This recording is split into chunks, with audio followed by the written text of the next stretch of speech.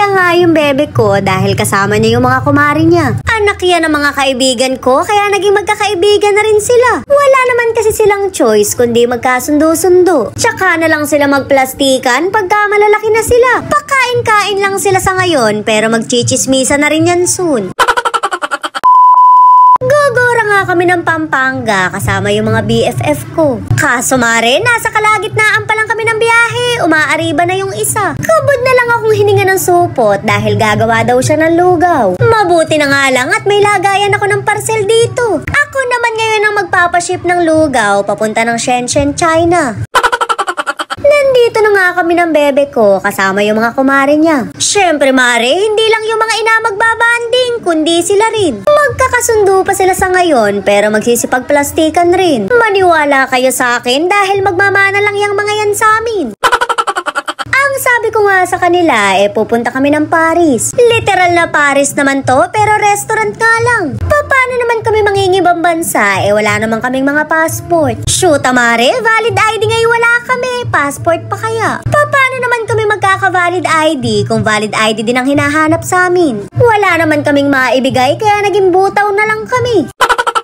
Dito nga kami pumuwesto sa labas dahil maganda yung ambience dito. Yung mga bata na rin ang umorder dahil sila naman yung boss ngayon. Mga namimili pa kunwari, mga gatas naman ang gusto. Wala namang chupon dito kaya magsipag-spaghetti na lang kayo.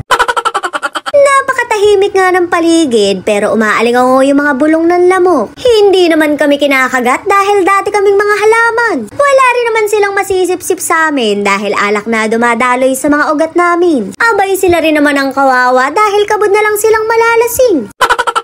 Napakasaya nga ng mga bata dahil magkasama silang maglaro at kumain. Syempre masaya rin kaming mga ina dahil naging magkakaibigan sila. Huwag lang sana silang matulad sa amin na inuman na ang naging bonding. Pwede naman silang magchismisa na lang at siraan ang isa't isa. Pagka wala yung isa, di yun na lang ang pag-usapan nila. Marami naman kasing bonding na pwedeng gawin, wag lang talaga yung inuman. Abay wag na nilang simulan dahil mahirap lubayan.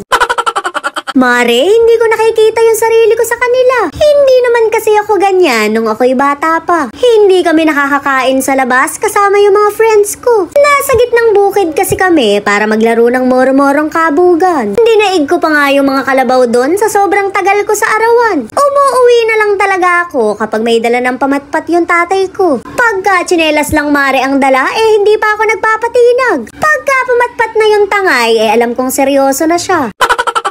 Nagpakabusog na nga yung mga bata, pati na rin kaming mga ina. Eri nga mare at naka-steak pa kami. Medyo nahirapan lang talaga ako nung tinanong ako, "How do you like your steak daw?" Sinagot ko na lang ng yes. Shoot mare, gusto ko lang naman kumain. Kabod na lang nagka-question and answer.